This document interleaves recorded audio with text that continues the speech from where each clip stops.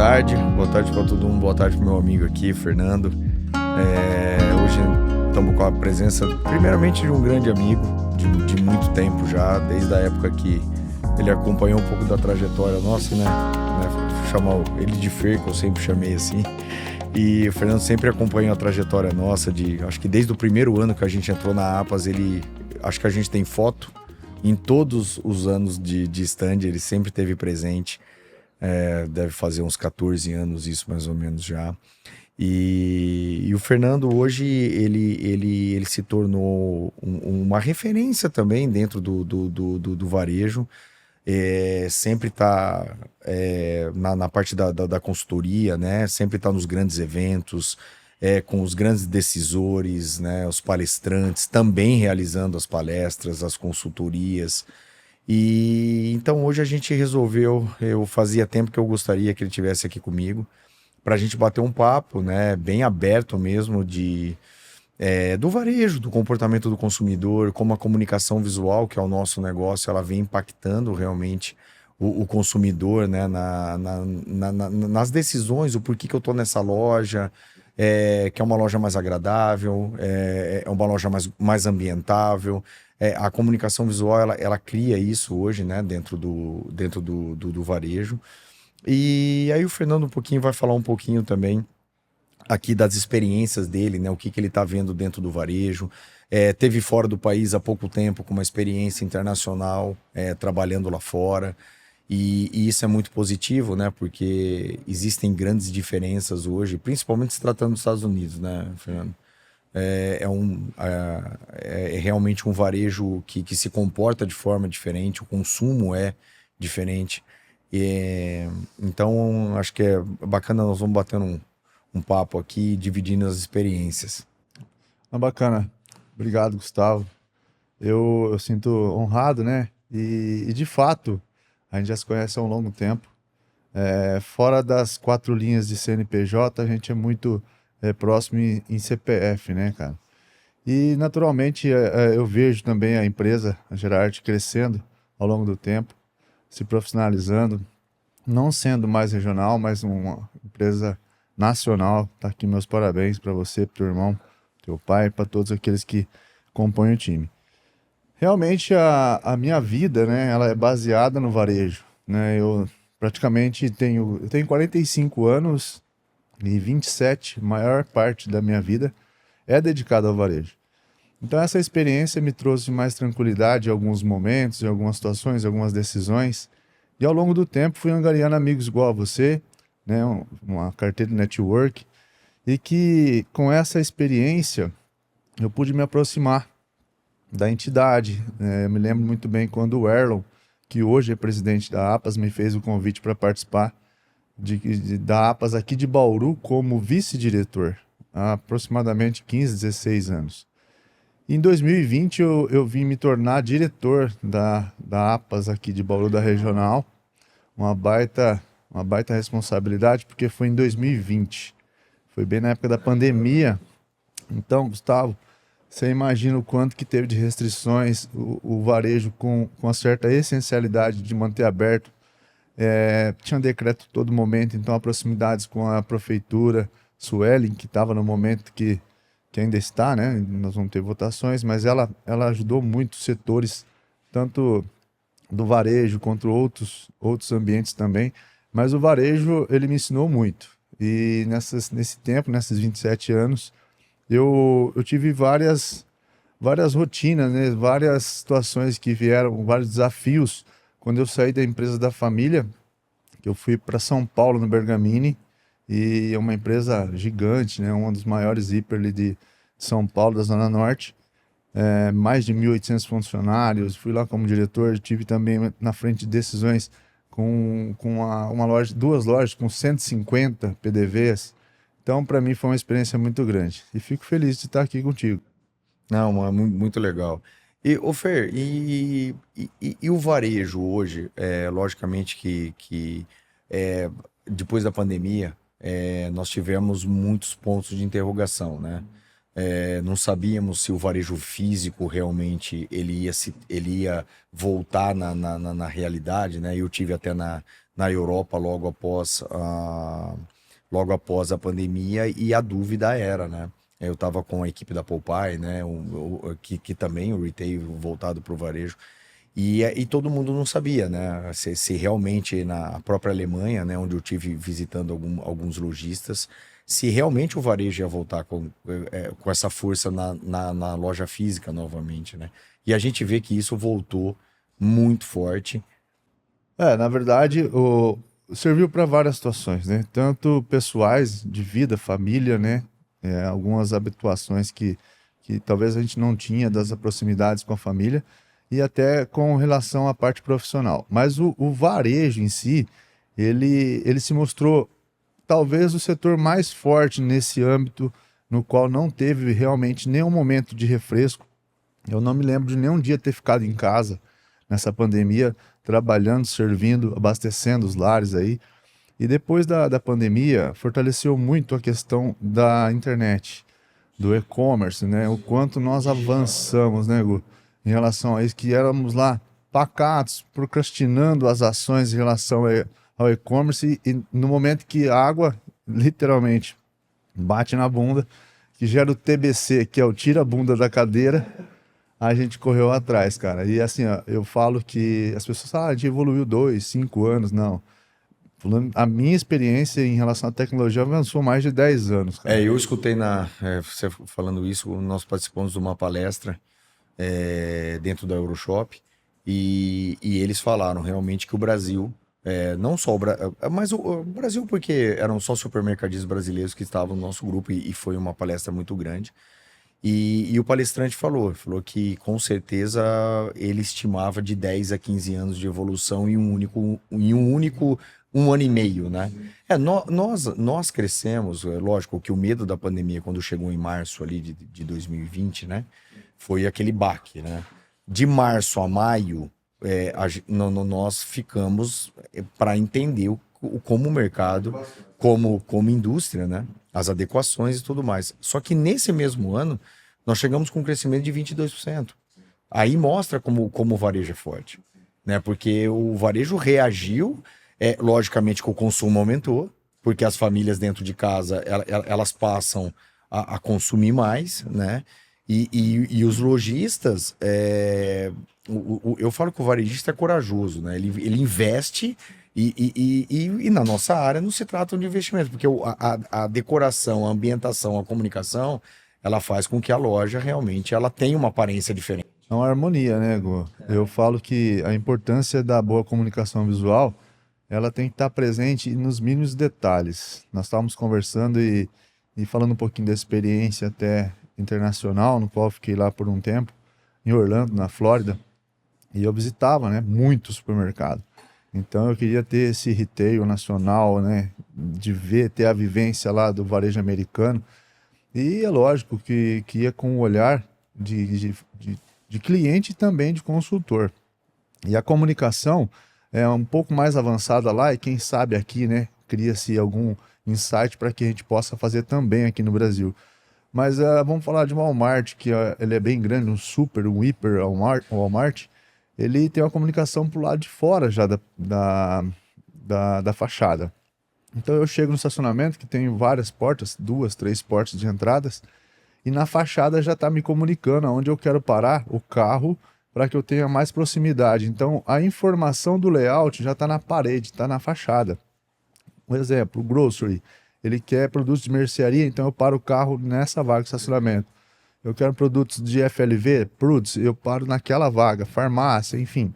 Então eu acredito que aqui também cabe um insight da gente começar a fazer uma informação, uma situação de comunicar o nosso cliente desde o estacionamento, já mostrando o layout que está a loja no interno, entendeu? O atacadista, acho que o atacadista, ele né, falando de um hiper, de um Walmart, a gente traz o Brasil não tem hoje não mais, né, dessas grandes lojas, né, de 7 mil metros, 8 mil metros de área de vendas, poucos, né, mas o atacarejo, ele realmente ele tem um tamanho que é onde a gente cabe. O que eu acho muito interessante, vamos partir para as menores, né, ou médios portes.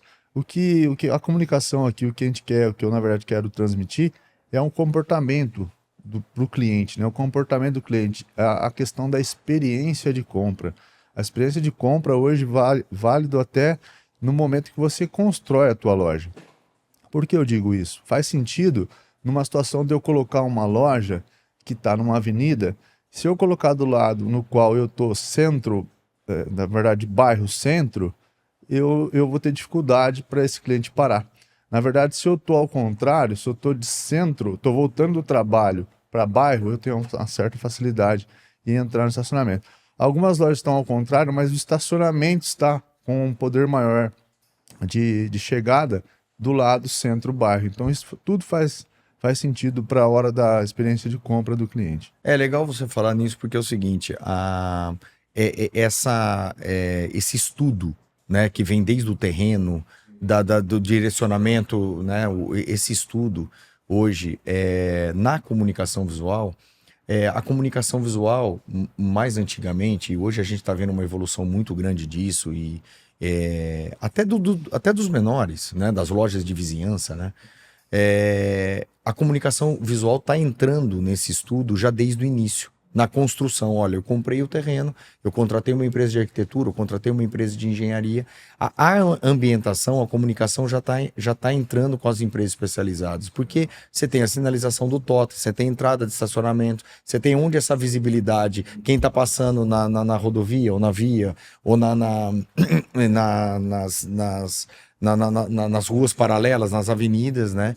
E não estão deixando mais a comunicação visual por último momento, né? E o legal disso é que, assim, como a Gerarte, nós temos uma estrutura muito grande de engenharia, de arquitetura física dentro da indústria, né? Não são pessoas contratadas que trabalham como freelance, né? Nós temos um escritório de arquitetura aqui dentro, interno, nós temos a engenharia que está junto com o escritório de arquitetura discutindo o que eu crio, o que eu projeto, o que o arquiteto cria, como que nós vamos produzir isso aqui dentro. Então tem essa troca de informação junto com as empresas de arquitetura também.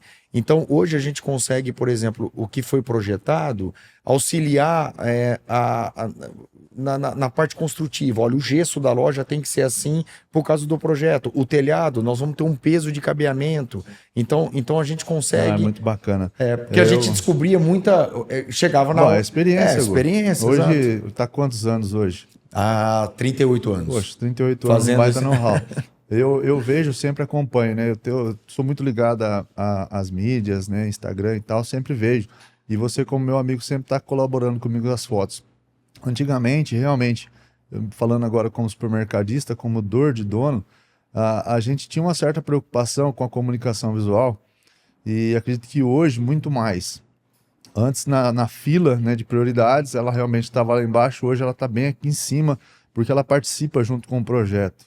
E, na verdade, direciona muita gente. Eu, na época, e eu falo como, né, cliente seu também, que me trazia uma certa tranquilidade, cara, quando eu era Gerarte, quando eu conseguia bater o martelo e falar, olha, a Gerarte está com a gente, era assim, era orgulhoso a situação de comunicar para os demais e a tranquilidade que vocês passavam para a gente, sabe, em relação ao projeto, a finalização. Na verdade, o proprietário ele tem o medo até de fazer o fechamento com alguma das empresas e não conseguir a empresa entregar. E ao contrário de vocês que trazem essa credibilidade, para mim, para a gente, foi sempre sensacional, Gu. Isso aqui é até uma situação de passar para ti o que é o supermercadista pensando do outro lado. Então vocês trazem essa credibilidade. Então, de parabéns, viu? Não, eu te agradeço. Isso é o que a gente veio construindo, né? Lógico, desde do meu pai, né? Tudo que ele nos orientou, nos ensinou e junto com o Guilherme, falou: se nós fôssemos mais um, né? Olha, eu produzo o material e vocês se viram para executar o executivo, e eu chego lá e vou instalar, se não tiver da forma correta, a culpa é de vocês, que na maioria das vezes é o que acontece. Então, o que a gente decidiu? A gente decidiu ter um corpo interno, aonde esse corpo interno, tanto de engenheiros como de arquitetos, eu falo no plural porque são arquitetos hoje, nós somos em 11, né? Acho que 12, se eu não me engano, dentro do pós-venda tem mais 2, e engenheiros são em 6. né? E é um baita time. Então, assim, o próprio engenheiro calculista, ele está dentro da empresa. Ele não é terceirizado, porque a responsabilidade nossa sobre uma pérgola, sobre peças que exigem essa ART, né? Então isso está tudo dentro do corpo da empresa. É mais caro para ter isso. Logicamente, com o custo administrativo nosso, ele é maior do que as outras empresas, pelo tamanho da indústria. Mas só que a gente consegue dar essa tranquilidade para o cliente de acompanhamento desse projeto, né? Mas também consegue dar essa tranquilidade para nós, porque quando a gente chega para instalar uma obra, com o nível que a comunicação hoje está, não é mais uma sinalização de escrever açougue, padaria, né? Hoje nós estamos fazendo até jardim, os jardins artificiais, né? Dentro da própria comunicação das lojas. Então, essa tranquilidade para nós também é bom. Não, mas assim, é só para reforçar, né? E eu acredito que, é lógico, eu já estou com um certo tempo no varejo e quando eu comecei a assumir essa responsabilidade de fazer os fechamentos, então eu venho de uma segunda geração. E hoje a gente já está preocupado com a terceira geração, né? Imagino qual é o desafio teu, o meu também na área, tanto de vendas quanto de consultoria, para a gente poder passar essa tranquilidade. E os dois extremos, né? O pai está na mesa, o filho, talvez até o próprio neto, e a gente tem que estar lá trocando uma ideia, não falando o que eles querem ouvir, mas talvez unindo, porque muitas vezes eu vejo, e eu não vou falar que na nossa família não é diferente não, mas como eu tenho acompanhado muito varejo, feito várias visitas em relação a APAS em 2023, quando eu fui nas 16 regionais, então o público-alvo meu era proprietários, então é um geral, proprietários, vem o pai, vem o filho, vem o neto, vem o sobrinho, diretores, compradores, pessoas que decidiam, né? E eu via, quando a gente trocava uma ideia só com aquela empresa, as divergências de opiniões em relação a algumas situações. Então hoje, para mim é um desafio, para ti então deve ser um outro também. As gerações, nós somos segunda também, né? Segunda geração. Hoje a gente realmente, porque assim, a comunicação visual, ela é algo muito ilustrativo, né? Você vende um sonho dentro de uma apresentação de um projeto é um sonho. A gente tenta trazer essa realidade dentro dos programas, né? De 3D, de apresentação. A pandemia para nós foi bom porque nós conseguimos trazer uma tecnologia online, que hoje a gente consegue virtualmente estar andando dentro da loja, real mesmo, caminhando dentro da loja, dentro dos programas, e ficou até mais fácil de fazer a reunião do que até presencial, porque consegue juntar um número de pessoas maiores, e aí você tem primeira geração, segunda geração, você tem a esposa, Tem o especulador, tem o sobrinho. Exatamente. E o que a experiência que a gente vem tendo primeiramente que as outras gerações, elas vêm com uma cabeça mais aberta no nosso segmento, né? E isso também nos ajuda bastante. Só que também tem a primeira geração ou a segunda geração que está ali, que tem mais o pé no chão também. Olha, isso aqui funciona e isso não funciona, né? Mas que realmente essa parte educativa, né? Até o seu trabalho como consultor, e não é fácil, realmente é importante porque as gerações, elas vêm se modernizando, a loja, o varejo. E no nosso segmento, essa modernidade vem a somar muito com o nosso negócio. Que bom. Eu tenho algumas dificuldades, igual nós já tínhamos conversado sobre, né?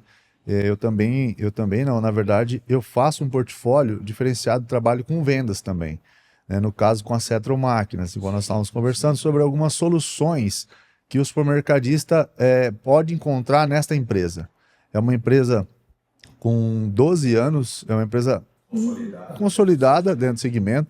Ela está hoje em Bauru, Rio de Janeiro, São Paulo, Minas Gerais, uma loja física em Orlando e um escritório na China, em Wenzhou.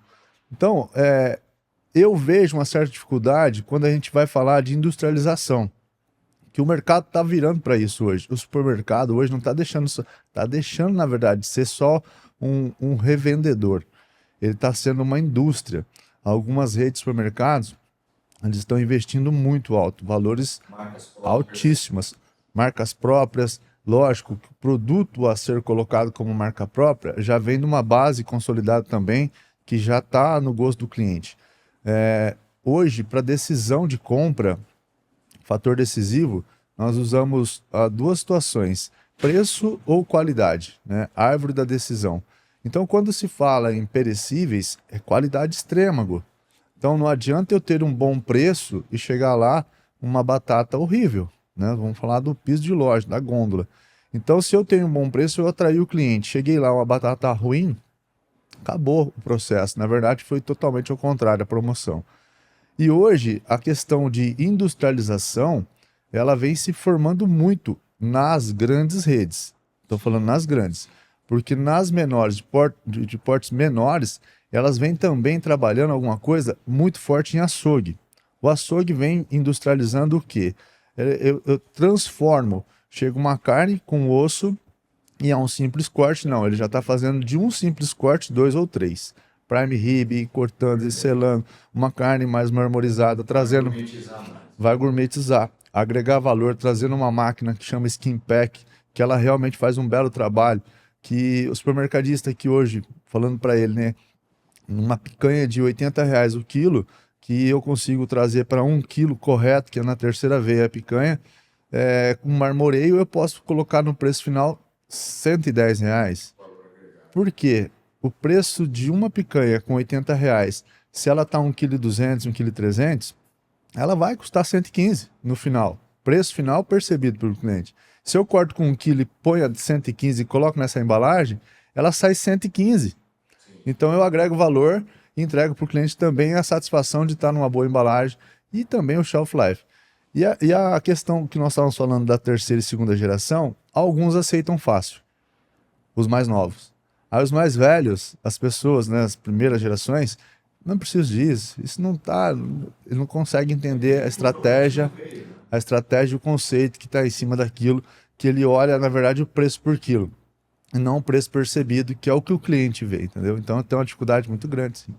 Isso vem de encontro, porque a comunicação visual, tudo que se faz embaixo, a gente tem que, em modo de realçar, né? Então, o açougue é uma particularidade, né? O açougue hoje, eu não digo só o açougue. Não, mas... você diz os pontos chaves, adega, padaria, Sim, hortifruti, né? A adega hoje está virando, realmente, hoje a gente está chamando de loja dentro de loja, né? A adega está se tornando uma loja dentro da própria loja. Ela está começando a virar um departamento. Um departamento, exatamente. E esse departamento já tem o queijo que está sendo agregado pelo consumo do vinho. Eu tenho um sommelier, eu tenho um vendedor lá. Exatamente. Lá a gente agrega muito valor com isso, porque na verdade o que a gente precisa é mostrar, demonstrar para os clientes o poder que tem essa questão, essa categoria de vinhos. Primeiro, que é enobrecedor. Segundo, que é uma maioria. Eu tive um desafio muito grande em São Paulo, no Bergamini, que eu tenho público, mas eu não consigo demonstrar. Então eu ficava assim ainda muito naquele vinho tradicional, vinho doce e tal. Mas quando a gente começou a fazer abordagens e degustações, explicando um pouquinho do vinho, uma maioria que está ali interessada, olhando as garrafas, ele tem medo de fazer a compra. Não é cultural. Então, mas é que quando tu também coloca de uma uva correta, né? Começa lá com uma uva mais tranquila, e você vai pro final, depois no Malbec, que é mais forte, junto com carne. Quando você começa a fazer isso, eu percebi muito, eu gosto de área de venda. E as pessoas voltavam para comprar. Agora eu quero saber o sabor daquela outra uva. Então, é uma situação de trabalhar essa questão de experiência do cliente, entendeu? E a questão da exposição, que eu vejo uma situação muito tranquila em falar, que na época eu tinha muito medo, Gu, era de uma comunicação visual exclusiva, cara. E vocês criaram pra gente, cara. E assim, tá até hoje, né? É lógico, em todas as lojas que abrem. Então vocês também trazem essa tranquilidade pra gente, que quando eu bati o olho, eu fiquei apaixonado. Cara, não foi só uma vez. Foram várias vezes que muitos que entravam depois, né, contratados por nós, falam, cara, quem fez essa comunicação visual que ficou tão bonito e personalizado? Então a Gera Arte, ela é o que você acabou de falar. Essa questão não remete só a entregar a questão do serviço. quando alguém está atrás dos bastidores, um proprietário, está atrás de um sonho. E quando a gente coloca na mesa e está se realizando sozinho, ou com a própria família, mostrando o que vai ser gerado, a Gera Arte faz parte. Então, cara, parabéns. Eu te agradeço. Essa sempre foi nosso sonho também, né? De conseguir realizar sonhos, né? Porque a gente sabe o quanto custa se manter hoje um departamento tão grande de arquitetura dentro da empresa, estrutura. E é um departamento, Fernando, que assim, a gente não é um departamento que se troca muitas pessoas, porque você treina, você investe, você pesquisa, porque para entender o varejo, para projetar para o varejo, você tem que entender como é o varejo. Né? Não se cria uma ambientação dessa para uma adega, onde você tem um sommelier, você tem que... Até a iluminação do ambiente, que também acaba caindo dentro das nossas peças aéreas. O LED, o branco, o amarelo, a cor, a temperatura, como se comporta, a exposição do produto naquele mais baixo, mais alto, né? Os departamentos. Então, assim, se você pegar um arquiteto, de determinado ramo, ele é especialista ali. Mas um arquiteto entender do varejo, entender como se comporta, o porquê que se projeta, essa é a nossa missão, sempre foi. E aí, lógico que conceitos existe mundialmente falando, mas se criar algo específico e não se copiar isso para outros clientes, sempre foi a nossa missão. Entregando 180, 190 projetos ano que nós estamos hoje, não é fácil. Logicamente que você tem os retrofits que são dentro desse número, são redes que... Sim, mas faz parte, né? Você sempre tá criando, sempre inovando. E em relação a uma situação que eu acho que o mercado deveria praticar mais, é o trade marketing. O trade marketing hoje ele vem avançando muito em capturas de verbas, e isso reflete e retorna para a questão de quem faz comunicação visual também. Em relação a explorar mais estacionamentos com banners, faixas, e o próprio fornecedor, que eu já estou do outro lado da mesa, ele quer isso. Ele quer visibilidade, ele quer aparecer, ele quer mostrar a marca nova, ele quer mostrar o lançamento. Então, e é rentável para ambas as operações, tanto da empresa quanto do supermercado. Basta ter inteligência de criar ambientes. De banner no estacionamento até o próprio PDV, a própria comunicação no poste do PDV. Eu até estive fazendo por esses dias, né, algum tempo atrás, a comunicação no próprio corredor, mas não é no corredor que fala qual é o departamento.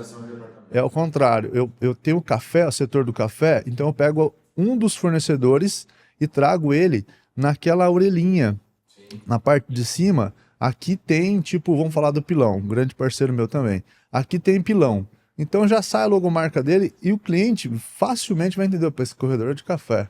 A indústria está personalizando. A indústria quer isso, cara. Então, acho que assim, vai muito de encontro de nós gerarmos demandas, né?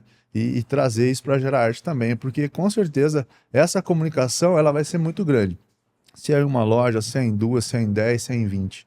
Então, hoje o trade marketing, ele é muito amplo, no estacionamento, no carrinho, faixas no carrinho, entrada, estacionamento, enfim. Esse foi um assunto legal que você tocou, porque o que acontece? Essa era digital, realmente, que vem vindo de uma força, uma avalanche, né, geral, ela traz o produto de exposição de LED para dentro das lojas. Né? Hoje no Brasil, nós estamos vendo isso dentro dos projetos e muitos supermercadistas, quando nós fazemos a criação do 3D, né, e tudo mais, eles pedem para a gente aonde... porque assim, se isso se coloca de forma aleatoriamente, ela acaba poluindo a loja. Muito cuidado. E o consumidor, ele acaba se distraindo dentro da loja. Porque em vez dele prestar atenção no produto, ele começa a ver muito painel e rodando imagens e rodando com velocidade, ele acaba... A percepção ele dispersa, né? E já aconteceu casos de nós executarmos um projeto, a empresa paralelamente vem e executa a parte digital sem isso ser conversado e conflita e depois tem que tirar, né? Então hoje, realmente, essa parte do trade, eu acho que tem que ser mais avançado, mais instruído, porque a comunicação, a ambientação, ela tem que conversar com o resto. Né? E isso a gente está preocupado. Esse é um assunto que eu e o Guilherme, a gente vem conversando com a equipe comercial, porque a gente é adepto, né? Mas eu acho que isso está inserido no projeto inicial. Tem que estar junto. Tem que estar junto. Estar comunicando. Exatamente. Exatamente. Faz sentido. Até a questão da prevenção de perdas, acredito que você deva sofrer muito também com isso em relação a produtos que ficam pendurados e tal, e tapa as câmeras. Então, até essa questão, realmente, na empresa da família, a gente teve essa preocupação de estar colocando numa área que não fica suspensa, e sim presa a alguma parede ou alguma gôndola que não vá tirar essa distorção. Mas você falou, faz sentido, de tomar cuidado de não conflitar com a comunicação visual, porque senão também fica absurdo. Porque uma comunicação é estática e a outra comunicação não é estática, né? Lógico que para o lojista é muito favorável, porque ali ele expõe as marcas e ele consegue ter uma variedade infinita de quantas marcas ele quer pôr, lógico.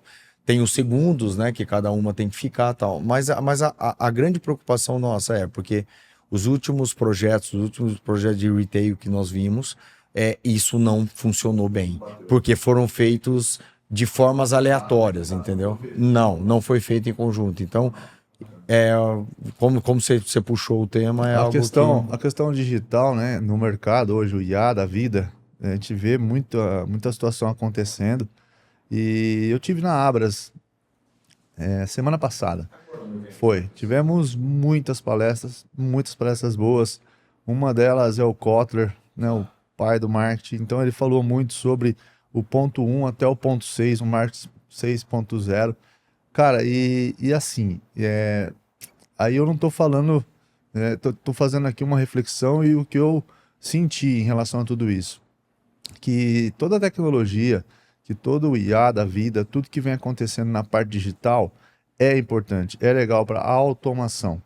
Mas o calor humano, ele até realmente reforçou isso. Não existe dentro do IA, dentro de uma questão da parte digital.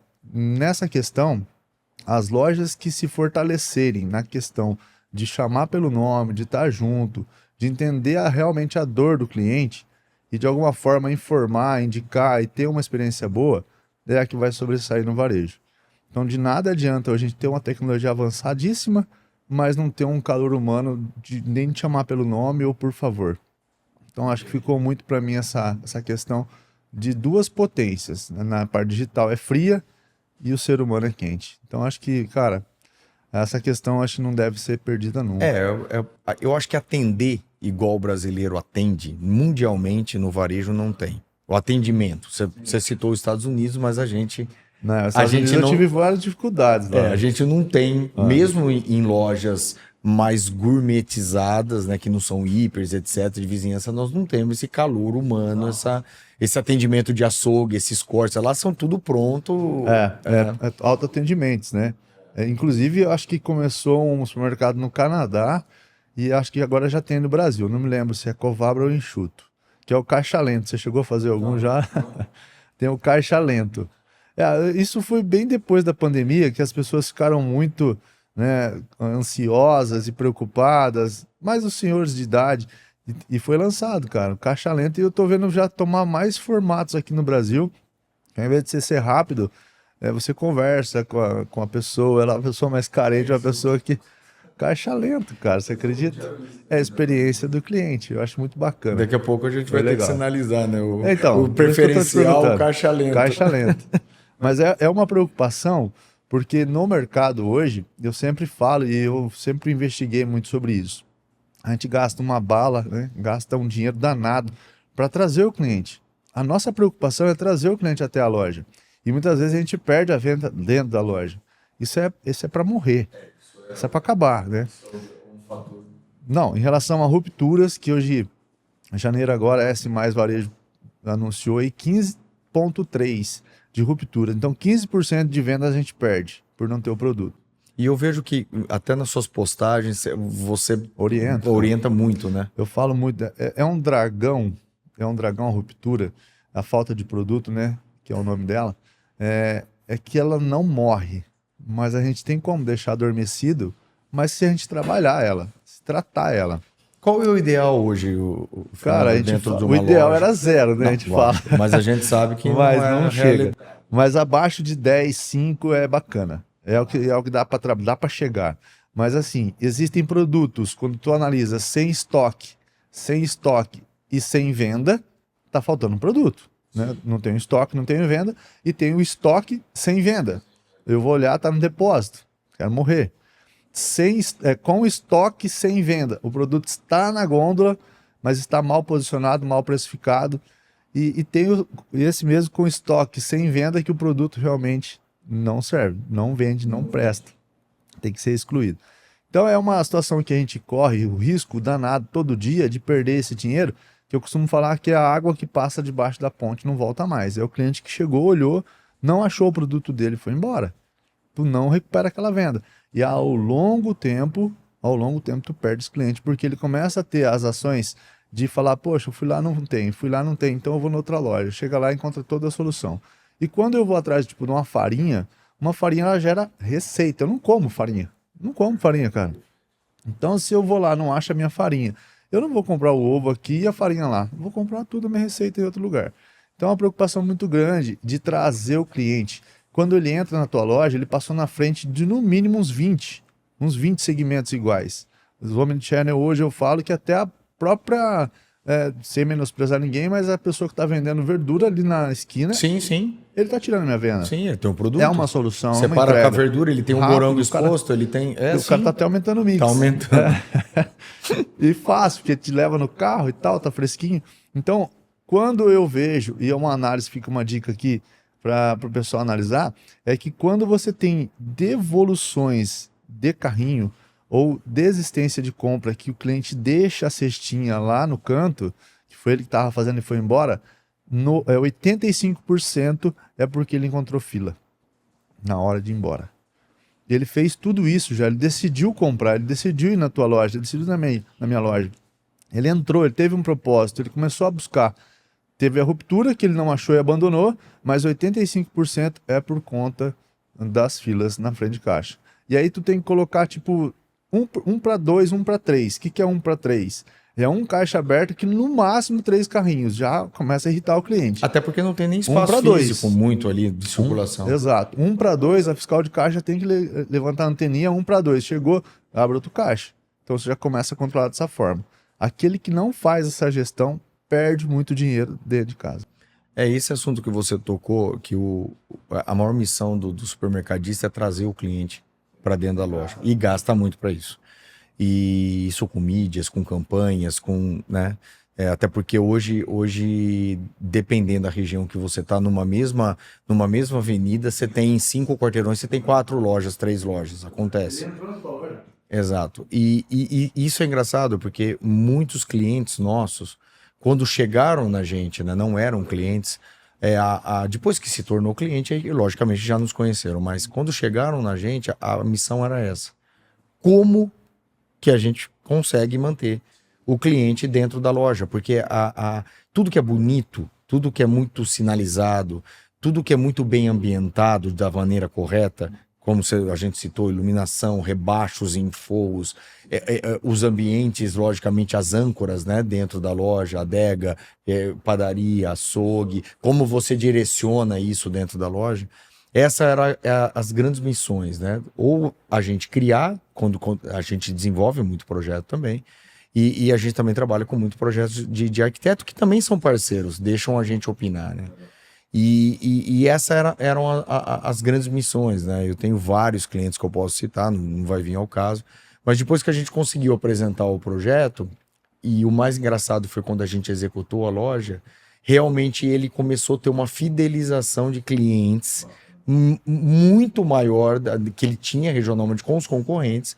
Algumas lojas foram até retrofit, então deu para ele medir isso, o cliente que ele tinha até a reforma e o cliente após a reforma, né? E hoje você acha que o pessoal mede muito o cliente? Você tem conversado com os supermercados? Fernandes não tem muito parâmetro para... não, eu acho que o CRM ele pode dar isso de uma forma mais precisa. Mas a gente sabe que o CRM no Brasil hoje ainda Não, o pessoal não sabe usar não muito. sabe usar muito. Eu tenho conversado e assim, o nosso maior patrimônio, Gu, é o cliente, cara. É o cliente. E muitas vezes a gente não olha esse medidor. Quando tu conversa com qualquer supermercadista ou até qualquer outro segmento, a gente fala muito de venda. Sim. Venda. Faturamento, ele vem aumentando o faturamento. Nossa, como é que foi esse mês? Nossa, tá legal. Esse mês, nossa, não foi legal. Mas assim, anotem, nenhum que eu conversei me respondeu de bate-pronto quanto é que estava crescendo o lucro. Não consegue. Eu sei a venda, mas tá, e teu lucro? Me fala como é que tá o posicionamento do teu lucro do ano. Cara, é o que paga a conta. Então, se a gente olhar muito faturamento, é bom, ok, a maioria conversa sobre isso. Mas existem mais de 8 medidores.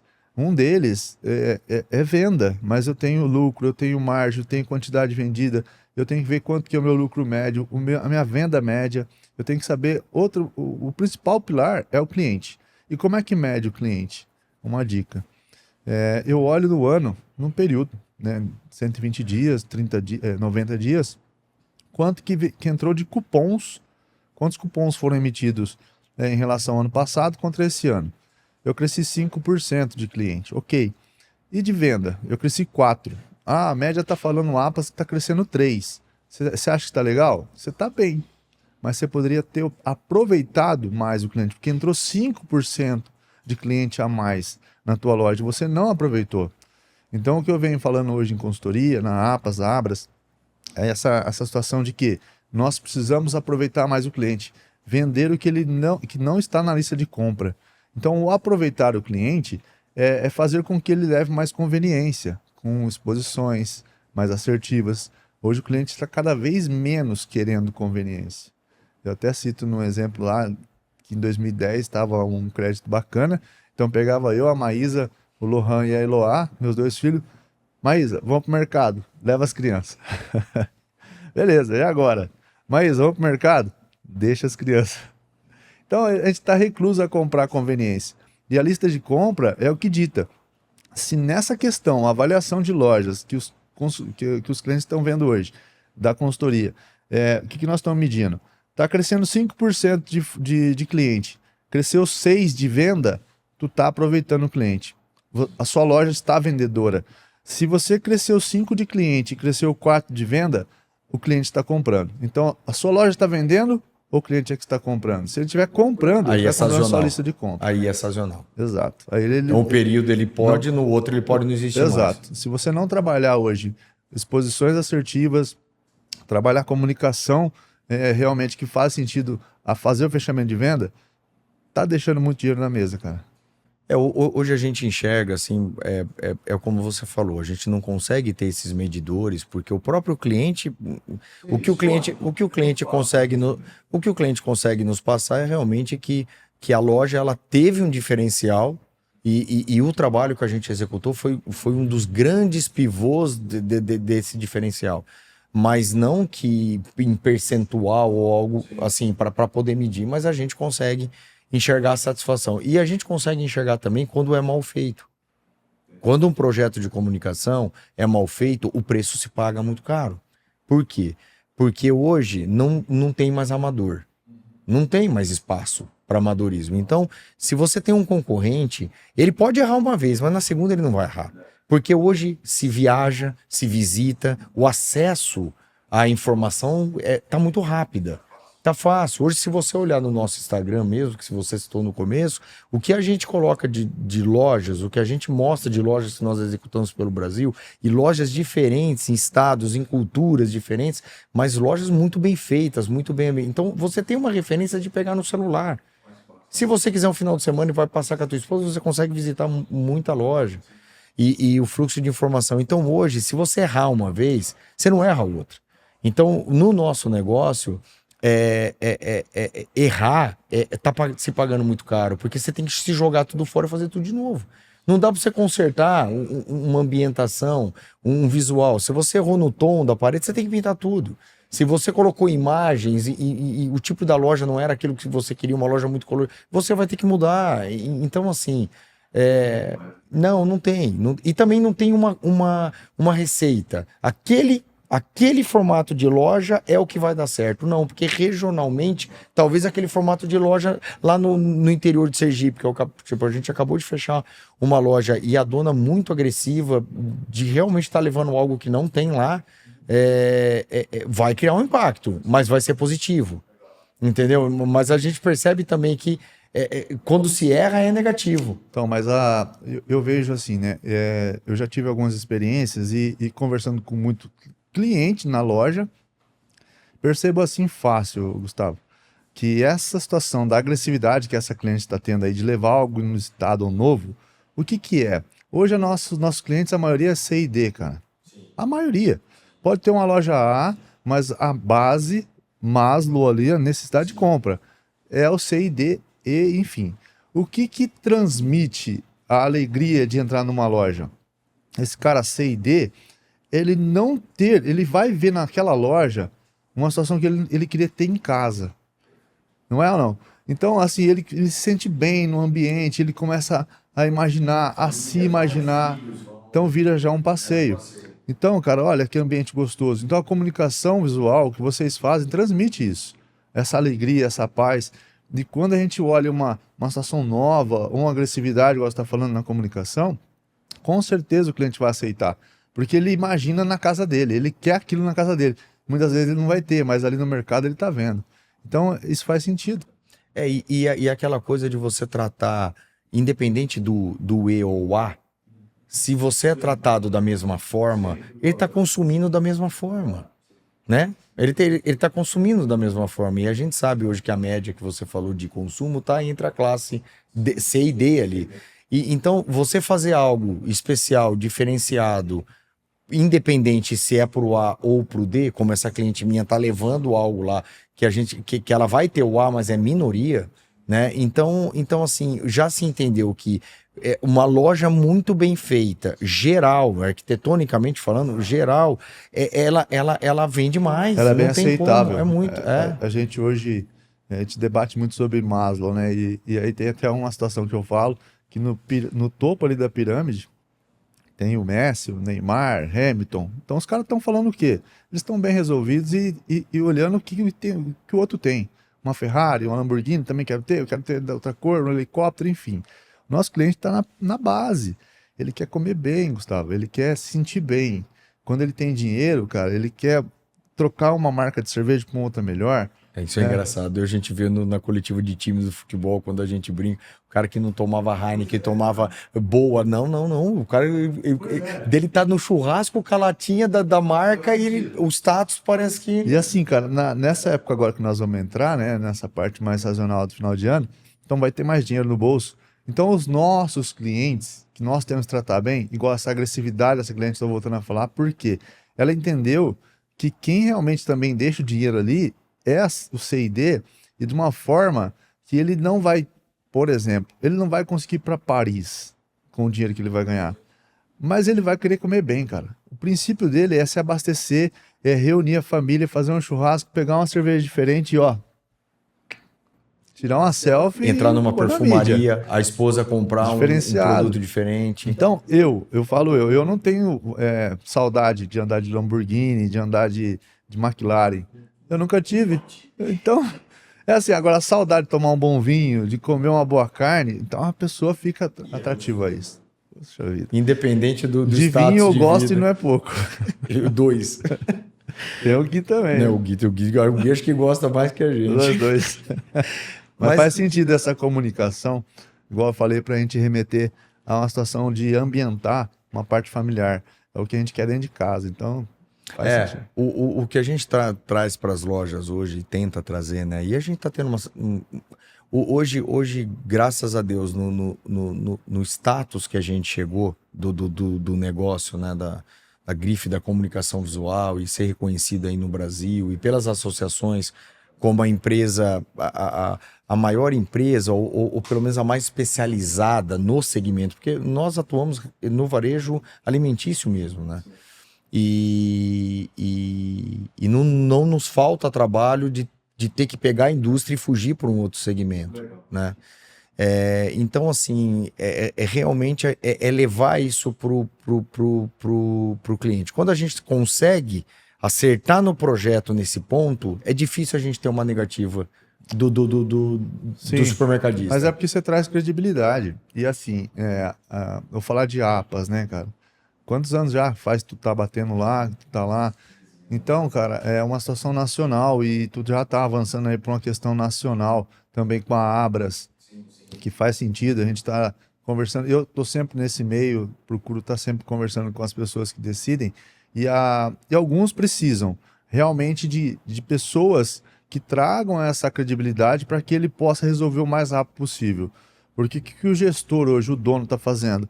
Ele está tendo muita demanda, o tempo é escasso, não gera um laboratório para se falar e começa a decidir. E o que eu falo, muitas vezes a gente começa a falar sim e não muito rápido para se livrar talvez do problema daí e cria um problema futuro. Então, tudo que empresa, você, gera arte, traz a credibilidade, traz tranquilidade, next, é um problema a menos, então traz essa facilidade. Esse envolvimento com as entidades, a gente vê as pessoas realmente investindo, falando que está reformando. Eu estou com 2 clientes aí que estão com lojas novas, inclusive assim, aqui na região mesmo a gente vê pessoas construindo, o próprio Erlon, né, que é o diretor, o presidente, olha aí, o presidente da APAS está construindo aqui também. Então não para, é muito aquecido. E quem está no ramo quer reformar ou quer ampliar. Então é um segmento muito forte, cara. É um segmento realmente que, depois que... Nós não éramos dele, né? Nós éramos de um segmento, a empresa nasceu num segmento de eventos, de mais a parte de bebidas, né? Nós trabalhávamos em grandes festas, como Barretos, fizemos 16 anos, Jaguariúna, Americana, a gente montava as festas, né? Visual toda. Mas para a indústria, mas voltado à indústria. A gente trabalhava muito para a Ambev, né? Muito, muito, muito, né? Desde a época da Brahma, que não existia nem Ambev ainda, depois veio a junção da Skol e Antártica e as aquisições, né? O último grande trabalho que nós fizemos para ele foi um material muito grande da Budweiser para a Copa do Mundo. Quando teve a Copa do Mundo aqui no Brasil, inclusive nós fizemos muitos merchandising para corredores de supermercado, né? Então nós decorávamos os corredores de bebidas com traves de futebol exato, fazia todo temático. E foi aí que a gente começou a ver, isso faz uns 16 anos atrás, o potencial desse varejo, né? Até que quando nós fizemos a primeira loja do Jade, do Confiança em Bauru, o Jade sempre foi um paizão pra gente, um parceiro, sempre foi referência ao Brasil. Ele e a Carmen, né? Nós fizemos o Confiança Max, quando o Confiança pegou fogo, né? O Max teve aquele... E ele falou, não, eu vou inaugurar, e ele acabou reformando o Max como um todo, e a comunicação visual, para nós, uma reforma é uma loja nova. Reformar a comunicação, você tem que tirar tudo e colocar tudo de novo, né? E aí foi quando nós pegamos, por estar em Bauru, e a gente tinha uma indústria muito forte, já na época industrializada, né? Maquinários e tecnologia. E aí nós fizemos a loja para ele entender, pô, é legal. E não é difícil, porque nós fazíamos Bradesco, fazíamos banco, né? E licitações, e os ramos que a gente... E aí nós começamos com ele, fomos para outro, e fomos tudo regionalmente, né? Foi aí que... Um efeito caracol. E a indicação, né? Um conversa com o outro e até transformar no que está hoje, né? Sim, mas a evolução da Gerarte, a gente percebe que... Você acompanhou essa época? Sim, né? cara, mas a gente vê, eu vejo que é muito bonito, sabe? A questão do pai, né? Mas assim, essa passagem, e eu falo com muita tranquilidade, Gu, pra você e pro Gui, cara. Inclusive, eu encontrei o Gui esses dias. A gente foi até dar um rolê de carro, mas o bicho tá armado, né?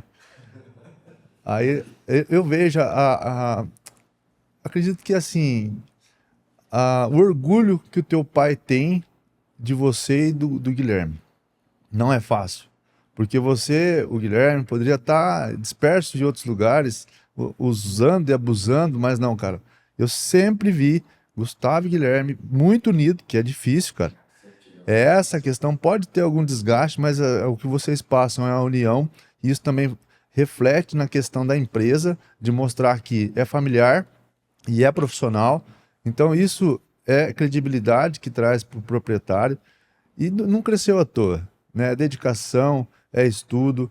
E vocês estão de parabéns, cara, de verdade. Eu tenho orgulho de falar que sou amigo de vocês. Gustavo e Até me Guilherme. emociona, porque Não, mas é verdade isso, cara. você conhece meu pai, você conhece o Guilherme, né? O Guilherme é um pouco mais novo, o Guilherme acho que tá com 39, eu com 42. E é isso, acho que quando o meu pai passou o bastão, né? Desde que ele ensinou a gente, faz um tempinho que ele, assim, hoje ele nos ajuda com a experiência que ele tem, quando a gente realmente chama o pai, né? Sim, cadê o pai? Ele olha o grosso, ele olha, está indo Sim. tudo bem, ele fica Amém. quieto, né? E então, ele sempre passou isso pra gente, né? Que graças a Deus, nós dois sempre fomos para ramos diferentes dentro da indústria. O Guilherme sempre mais industrial e eu sempre mais comercial, apesar que hoje os dois vendem, né? Os dois cuidam de tudo, mas assim, ele passou essa tranquilidade pra gente como irmãos, que a gente sempre, essa união nossa era o único fator que a empresa realmente poderia crescer, porque os dois foram atrás, correram atrás, aprenderam, tiveram humildade para escutar quando tinha que escutar, e até chegar nos dias de hoje, que a gente continua aprendendo, e a vida é um aprendizado, mas hoje a gente consegue realmente ter um domínio da empresa como um todo, né? E somos atuante mesmo. Sim, né? é porque é atuante, Não cara. estamos Tem em domínio conselho, porque tá nós atuante. trabalhamos mesmo com a equipe, todo mundo tem Sim. acesso a gente, a empresa inteira. Tem funcionários aqui de 18 anos que vêm, que chama, precisa de uma ajuda, porque a gente é muito acessível, isso. E essa união nossa é o que traz também esse... É o que faz a gente buscar o supermercado regional, familiar, que hoje é o principal cliente nosso, né? Hoje, acho que 80% dos nossos clientes, do faturamento da empresa, ele está em redes familiares. Sim. Que é o que consegue dar valor no nosso trabalho. Mas é o varejo hoje, o varejo em si, uma maioria lá atrás começou com o pai e a mãe agarrado num balcão e tal, e vamos, e assim, deu certo. E a questão hoje, você vê muito essa questão do filho, da filha, ou dessa nova geração, pegando essa parte, encaixando. E muitas vezes eu vejo, como eu estou sempre em reuniões, eu estou sempre nas estaduais, enfim, em uma das reuniões que eu fui, e eu fiz questão de fazer uma certa... notificar e depois anotar, o quanto que eu falei dentro da sala e procurei entender quem era quem, e quem estava junto, quem era parente, quem era irmão, quem era familiar, quem não. Então, algumas situações eu percebi que existem os certos grupos que são bem fortes, que eles ficam próximos quando a gente vai para o coffee break. Então, aí é onde que eu comecei a fazer as minhas anotações e perceber que o irmão não estava perto do outro, da mesma rede. Já um outro, muito forte, sentado, conversando, então, com a mesma camisa da empresa e tal. E depois, quando retornou, lógico que eu não coloquei a exposição, mas eu falei dessa dificuldade e que vocês não têm, e que Deus abençoe cada vez mais essa união sua e do Gui, porque muitas vezes quando se vê a mesma empresa, as pessoas unificadas, você vê uma peça só. Então, depois eu entendi, comecei até a conversar com um e conversar com o outro, eles são brigados, eles não conversam, eles não se falam. E como é que é isso dentro da empresa, cara? Como é que vai daí? Então, hoje, a empresa, se ela quer ser familiar, mesmo assim ela tem que ser profissional. Primeiramente profissional e depois familiar. O ambiente familiar é atrás das 4 linhas, né? E isso atrapalha muito, porque com quem eu conversei, eu não consigo por conta dele não, e eu conversei com os dois. Então a gente vê que essa união, ela só fortalece, realmente só fortalece, e isso transmite para o cliente. Muitos clientes nossos, até quando eu e o Guilherme, a gente sempre procura estar junto nos eventos, né, etc. E eles falam isso, porque você concorda, Fernando? Pra você tomar uma decisão entre sócios, já é difícil se dando bem. Se você não se der bem, é quase impossível. A empresa não tem como prosperar. É difícil prosperar. E se ela já está aqui em cima, tem muitos que conseguem acabar com o que já existe. Acaba fácil. Então, realmente, eu e o Guilherme, o intuito nosso fora de ser profissional, a facilidade que a gente tem de resolver e de fazer com que o negócio vá para frente, isso o Não, resultado bacana. tá aqui hoje, né? Fernandão, e assim, o que que você está vendo hoje do varejo, de toda essa tecnologia, né, do IA e etc. O que que você vê num futuro próximo? Não dá para falar um futuro muito longe, porque o varejo ele se molda e ele se muda, né, rapidamente. Em relação à tecnologia, igual eu falei, né, a gente já avançou um bom período em relação à pandemia, mas falando hoje e projetando novas situações, é lógico que a inteligência artificial ela vai entrar e já está no nosso meio, né, em várias situações, com pedidos automáticos, automatizações, questão de leitura, né, do próprio cliente, o CRM, enfim, tudo isso faz parte da tecnologia. Eu vejo que vai avançar, vai ter muita mão de obra que, se ela não se especializar e fizer realmente sentido, vai ser substituída pela automação no mercado a futuro. E em relação a futuro do supermercado nessa questão, tem uma questão que eu ainda, opinião do Fernando, não é substituível, que é essa proximidade, esse olho no olho, esse calor humano. Então acredito que vai evoluir muito, mas a questão do chamar pelo nome, pelo atendimento personalizado, vai fazer muita diferença, ainda mais quando nós estivermos numa era mais digital. Sim, sim. A competitividade está aumentando muito, né? A concorrência está muito perto, né? O volume de lojas que estão se abrindo dentro de um mesmo comércio, de uma mesma cidade, a gente enxerga. Então, acho que assim, essa inteligência artificial, ela vai dar mais informação, ela vai facilitar a informação nos CRMs, etc. E isso realmente, quem soubesse aproveitar mais, vai, vai navegar mais rápido. E a gente vê que a comunicação visual também, ela já vem evoluindo, né?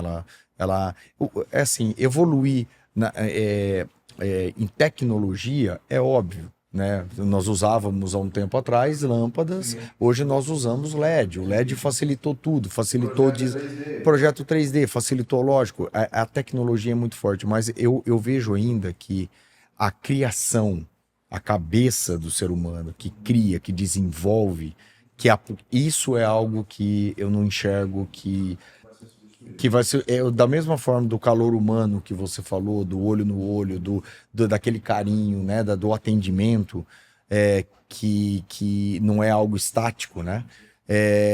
Quando você projeta, cria, pensa, entende a dor, o sentimento dos proprietários, o que eu quero, eu acho que isso é algo é algo que a gente treina pessoas cada vez mais para o nosso negócio sempre ter um diferencial. Sim, gerar recorrência, né? Exato. E falando, só para finalizar em relação à tecnologia, os Estados Unidos mesmo, no Orlando, o Walmart da vida, um Publix, o Target, eu vi uma ferramenta substituindo uma mão de obra imensa, que é um robô que ele já está fazendo leitura da gôndola, da altura da gôndola, de cima e embaixo, ele passa com o leitor e vai identificando quantas frentes tem de cada produto, se o layout está correto, está faltando produto. Se qual item está com ruptura. Então, isso é parte da tecnologia avançando dentro do mercado. Falo que vai ter no Brasil? Vai ter futuro bem próximo, acredito que vá, porque é funcional, ele não falta, ele não dá atestado, não erra e tem informação para gerar ação. Então, a nossa situação hoje de perdas de venda, perdas de lucratividade, está concentrada em algumas ações que dependemos de pessoas, né? E o varejo americano já está bem avançado. Hoje a gente faz um tabloide lá específico, já sabendo quais são as primeiras marcas, para poder ter um arrasto mais bacana. Então tem uma inteligência dentro da formação do tabloide. Quem não tem, quem não faz e faz assim porque tem um estoque muito grande desse produto, vou pôr na oferta, tá errado. Um exemplo muito simples, temos 500 grupos hoje de categorias. Categoria maionese, quem é líder? Líder Hellmann's. A Hellmann's com 75% de participação.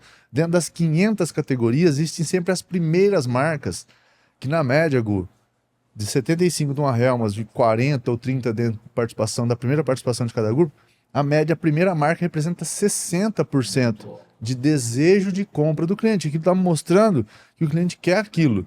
E quando eu coloco numa oferta um produto igual a esse, se eu estou numa cidade de 100 mil habitantes e eu quero vender maionese, a primeira marca representa 60%, a segunda, 22%. Se eu estou numa cidade de 100 mil habitantes, se eu colocar a segunda marca, 22 mil pessoas vão ter interesse.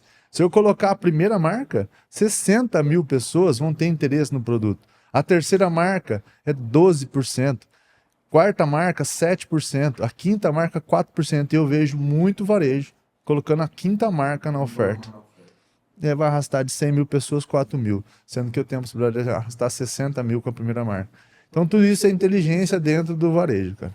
Não, realmente a gente tem que ficar sempre antenado, né, para trazer. E tem um outro fator.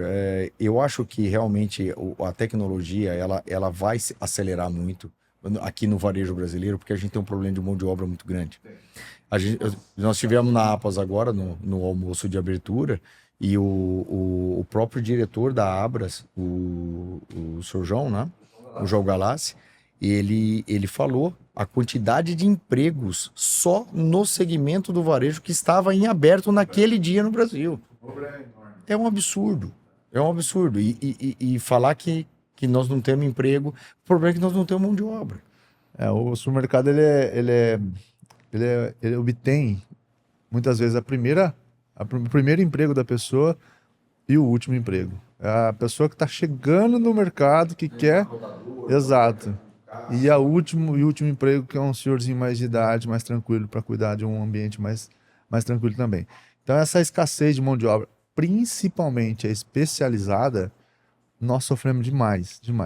Tem um grupo que fez um trabalho e que demonstrou numa situação que no ano a empresa chega a ter uma rotatividade de 60% a 70%, ou seja, eu tenho 1.000 funcionários, 700 foram trocados dentro do ano. 70%. 50%. Então, um turnover ali de 5 a 10 ao mês, 12, 15, é um absurdo. Nós, como indústria, lógico que toda indústria tem um turnover, mas a gente tem uma dificuldade de mão de obra muito grande, né? Como o Guilherme diz, nós importamos algumas mão de obras, né? Então, aí temos um predinho na cidade que, sabe? Porque, Fernando, hoje, para você ter pessoas qualificadas, você tem que buscar, lógico, são pessoas mais decisoras, né? São líderes, etc. E a gente tem que buscar, mas a dificuldade na nossa própria cidade e região é muito grande, Mas é isso. Meu amigo, eu te agradeço por estar aqui comigo. Eu estou aprendendo bastante com você, como sempre. E com certeza nós vamos colher bastante fruto desse segmento que a gente escolheu para viver dele, né? Amém. Eu que agradeço, eu fico orgulhoso, honrado pelo convite. Quando eu fiquei assim, bem orgulhoso mesmo, tá? De vir da tua parte, você, do Gustavo, do Guilherme. E é o que eu sempre digo, cara, trabalhar no varejo é aprender todos os dias. Essa frase sua, eu abro o Instagram lá de Fernando. Tem outra agora tem uma pior, que é o varejo não tem segredo, mas tem muito mistério. Ah, sim. Obrigado, meu amigo. Valeu, brother. Tamo junto. Valeu.